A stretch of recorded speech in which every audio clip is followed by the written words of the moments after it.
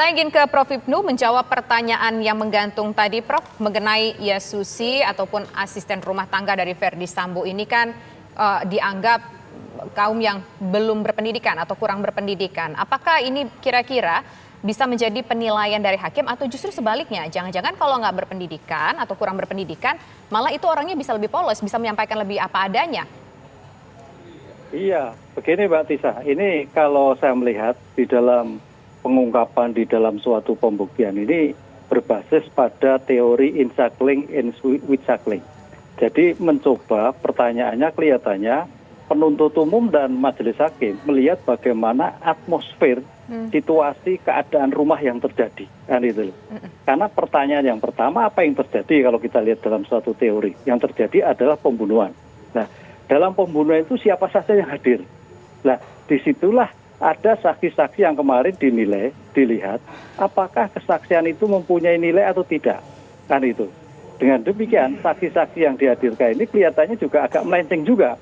Karena rupanya ada suatu pertanyaan yang terkait dengan alasan dan motifnya, terkait dengan keadaan si korban, yang terkait ada ABD yang disebutkan tadi. Nah, oleh karena itu, kesaksian-kesaksian yang sekarang ini memang sebetulnya kesaksian primer, ya, kesaksian primer apa yang ia lihat. Tapi rupanya perlu adanya suatu pendalaman yang lebih lanjut.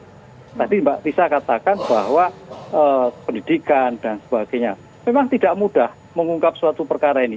Perlu ada suatu pendekatan psikologis, pendekatan suatu perilaku kepribadian. Karena apa? Kita melihat saksi-saksi yang terkait saksi primer itu sudah ada hubungan emosional dengan keluarga FS, ada hubungan pekerjaan. Kalau hubungan pekerjaan sih nggak masalah, mungkin selesai. Tapi kalau hubungan emosional di sinilah, maka bagaimana harus mengungkapkan hubungan emosional ini bisa terpatahkan. Karena bicara hukum tidak ada hubungan emosional, tapi hubungan fakta.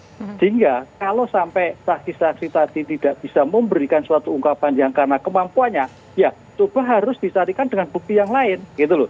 Jadi jangan sampai kita mempermudah menjadi saksi palsu dan sebagainya. Tapi seandainya sampai pada titik akhir karena memang hubungan emosional yang begitu kuat dengan FS, ya mau tidak mau diancam dengan sumpah palsu seperti Mas Martin katakan tadi. Ini mau tidak mau, tapi cobalah saya melihatkan kembali bahwa asas-asas hukum yang terkait dengan sistem akusatur yang menempatkan ini perlu dikembangkan. Karena beda nanti ketika pemeriksaan saksi itu terhadap saksi ahli, itu berbeda lagi.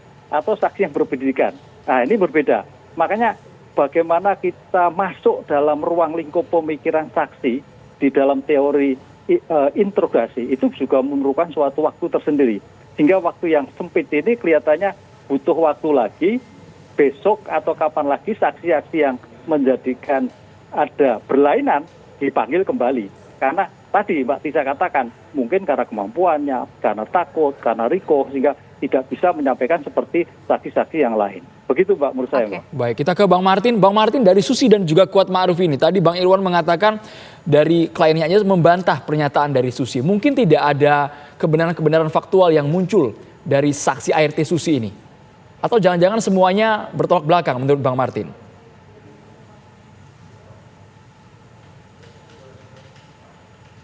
Halo, Bang Martin masih tersambung? Baik, mungkin saya dengar suara saya. Silakan. Halo. Bang Martin. Ya, saya mau clearkan sedikit tadi yang disampaikan oleh rekan Irwan yang mengatakan bahwa persidangan hari ini apa yang disampaikan Susi sudah clear ya, dan ini hanya masalah komunikasi. Yang pertama masalah clear nggak clear itu bukan karena hari ini saja persidangannya, karena memang sudah pernah digali di kesempatan pemeriksaan saksi terdakwa lain, dan saya memang tidak mengikuti hari ini bagaimana jalannya persidangan. Namun saya yakin hakim dan jaksa penuntut pasti hanya menanya inti-intinya saja, bukan menanya secara komprehensif ya, seluas-luasnya. Jadi terlalu prematur kalau kita bilang pemeriksaan hari ini sudah sesuai. Lalu yang kedua, mengenai pola komunikasi dari Susi.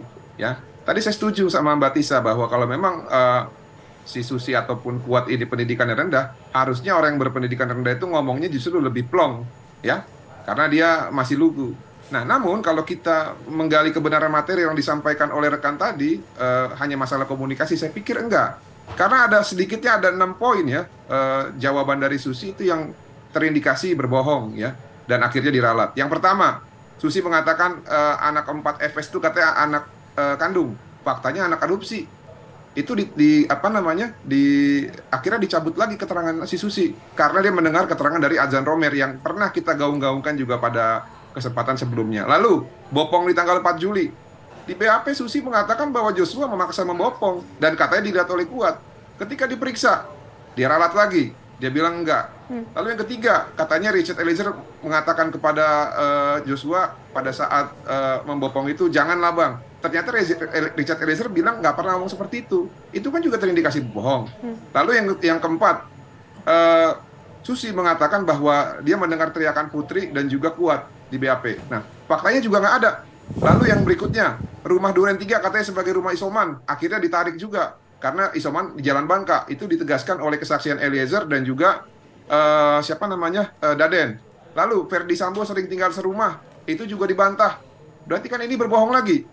Lalu tidak mengetahui peristiwa kematian Brigadir J. Ini yang paling menggelikan menurut saya, karena dia ini kan pembantu, pasti nggak mungkin nggak tahu. Nah, oleh karena itu, kalau dikaitkan dengan pola komunikasi dan juga pendidikan, saya pikir itu terlalu prematur dan tidak objektif. Dan saya justru menggelitik gini loh, kok justru klien kita disampaikan tidak berpendidikan. Menurut saya kurang etis itu ya. Demikian, terima kasih. Baik, di sini nanti ingin mendengar bagaimana tanggapan Pak Irwan selaku kuasa hukum dari Kuat Ma'ruf atas pernyataan dari Susi ini. Susi dianggap berbohong. Kalau Pak Irwan tadi bilang apa disampaikan Susi ini bisa meringankan klien Anda. Bagaimana tanggapan Anda soal dugaan-dugaan ini? Dijawab usai jeda berikut. Kami kembali sesaat lagi.